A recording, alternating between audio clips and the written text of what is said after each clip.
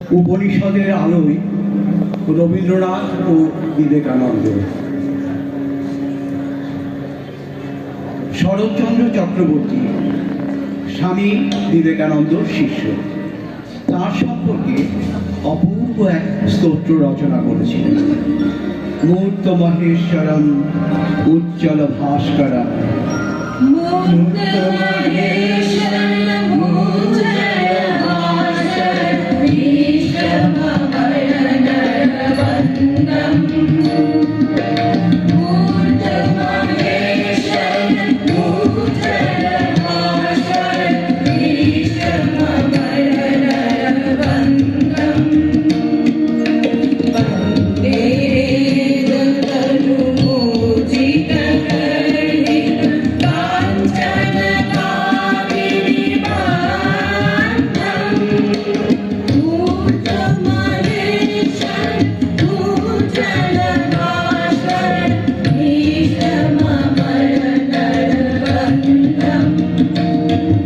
অসাধারণ দুই ব্যক্তিত্ব, সমসাময়িক, বয়স বছর দুয়েকের ছোট বড়।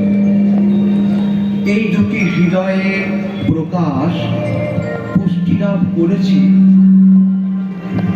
একটি নদীর দুই পাড়ে। নদীর নাম উপনিষদ। নদীর এই পারে রবীন্দ্রনাথ আর নদীর অন্য পারে বিবেকানন্দ। এই দুইজনের সঙ্গে জানাশোনা ঘটাতে হলে গভীর প্রশান্ত উপনিষদের নদীকে তরি বাইতে হবে। নদীর এপারে সজল শ্যামল সুন্দর বৎসল ঘন। নম নম নম করুণা ধর নম হে।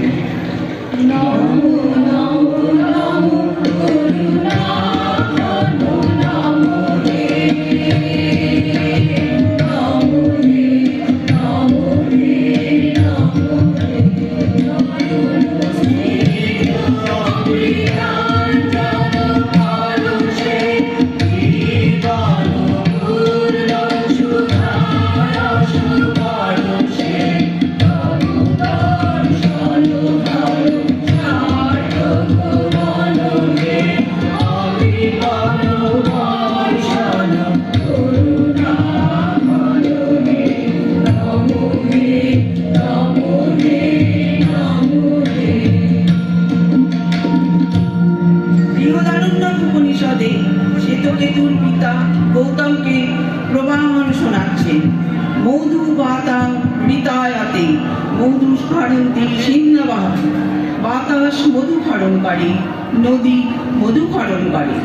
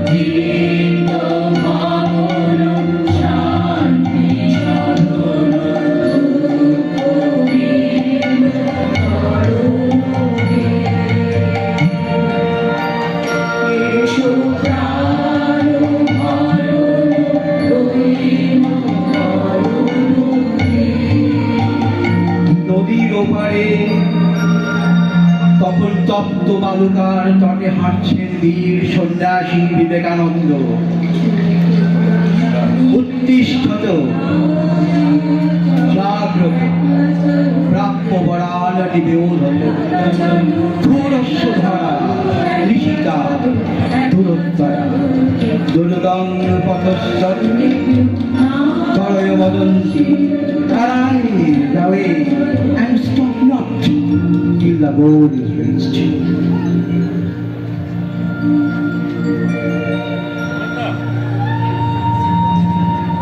এইভাবেই দুজন মিলেছেন উপনিষদের জ্ঞান জ্ঞানময় মণিকাঞ্চন ভাণ্ডারে বহমান প্রশান্ত নদীর তীরে নদীর ধার দিয়ে পথে চলে যেতে যেতে পথে চলে যেতে যেতে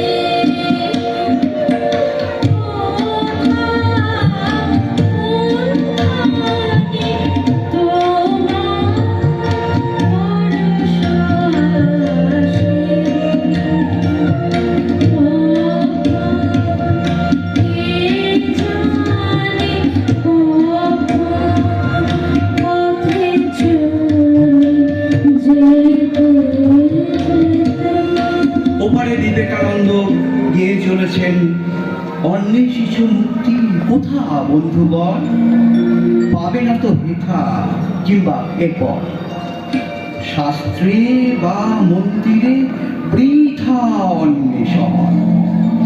এইবারে রবীন্দ্রনাথের ব্যাকুল প্রাণ গেয়ে উঠল মুক্তি। করে মুক্তি কোথায় পাবে, মুক্তি কোথায় আছে? আপনি প্রভু সৃষ্টি বাঁধন করে বাধা সবার কাছে। আমার মুক্তি আলো